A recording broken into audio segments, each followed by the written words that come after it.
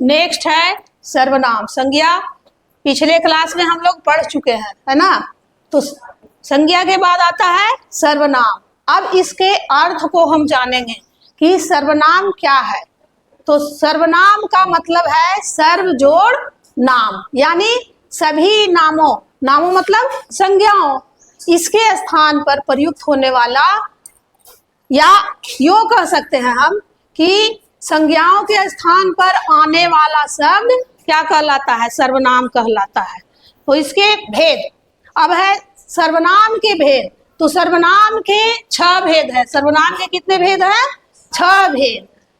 पहला है पुरुषवाचक सर्वनाम, दूसरा है निजवाचक सर्वनाम, तीसरा है निश्चयवाचक सर्वनाम, और चौथा है अनिश्चयवाचक सर्वनाम, पांचवा है संबंधवाचक सर्वनाम, और छठा हो गया क्या, प्रश्नवाचक सर्वनाम।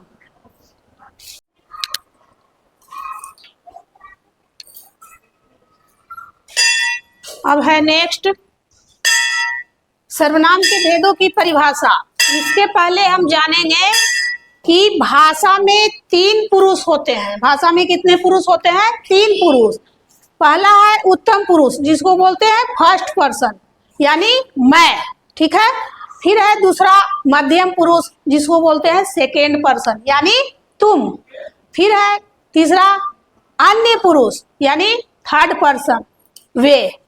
अब इन दोनों के अतिरिक्त कोई, यानी तीसरा व्यक्ति, थर्ड पर्सन का मतलब है इन दोनों के प्रति, यानी उत्तम पुरुष और मध्यम पुरुष, इसके अतिरिक्त और कोई तीसरा व्यक्ति। अब आगे बढ़ते हैं पुरुषवाचक सर्वनाम की ओर। पुरुषवाचक सर्वनाम की परिभाषा क्या है? तो वे सर्वनाम जो वक्ता, श्रोता तथा किसी अन्य व्यक्ति के लिए किया जाता है, वे क्या कहलाता है? पुरुषवाचक सर्वनाम कहलाता है। दूसरा आ गया निजवाचक सर्वनाम। तो निजवाचक सर्वनाम जो है वह वास्तव में क्या है? पुरुषवाचक सर्वनाम होता है, लेकिन उन्हें फिर भी निजवाचक सर्वनाम कहा जाता है। क्यों? इसका कारण क्या है? क्योंकि वे क्रिया द्वारा व्यक्त कार्य की ओर ही निर्दिष्ट करते हैं। अर्थात कहने का मतलब क्या है कि वाक्य का जो करता है वह स्वयं ही अपनी क्रिया का कर्म भी स्वयं होता है। अब निजवाचक का उदाहरण को समझेंगे। तो सबसे पहले उदाहरण है पहला कि अभिनेत्री ने स्वयं को दर्पण में देखा, ठीक है। फिर दूसरा उदाहरण है हमें अपना काम अपने आप करना चाहिए। फिर तीसरा उदाहरण आता है समीर अपनी पुस्तकें खुद उठाकर ले गया। अब देखो यहाँ ऊपर दिए गए वाक्यों में स्वयं है ना, और अपने आप, ठीक है।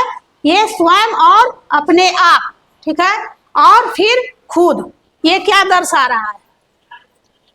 अपना तो दर्शा रहा, नजदीकी दर्शा रहा, यानी कहने का मतलब है कि अभिनेत्री ने स्वयं यानी खुद को दर्पण में देखा। तो ये निजवाचक सर्वनाम में आएगा, क्योंकि ये क्रियाओं द्वारा, क्रिया क्या हो रहा है? क्या हो रहा है? क्रिया इसमें क्या हो रहा है? देखने का काम।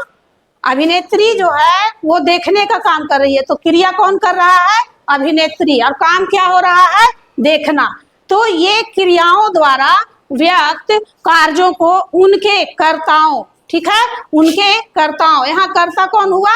जो जिसके द्वारा काम हो रहा है, यानी कर्ता अभिनेत्री, और कर्ता हो गया यहाँ हमें, और कर्ता हो गया समीर। यानी अभिनेत्री द्वारा दर्पण को देखा जा रहा है और हमें अपना काम अपने आप करना चाहिए। तो इसमें हमें जो है वह क्या दर्शा रहा है? इसमें कर्ता हमें हुआ, क्या? काम करने वाला अपने आप, खुद जो काम कर रहा है वह कौन है? हमें। और समीर भी यहाँ पर क्या है? करता है, क्योंकि समीर के द्वारा पुस्तकें उठा करके खुद ले जाया जा रहा, इसलिए ये हो गया कर्ता, जिसके माध्यम से काम हो, जिसके द्वारा काम हो। नेक्स्ट अगले वीडियो में।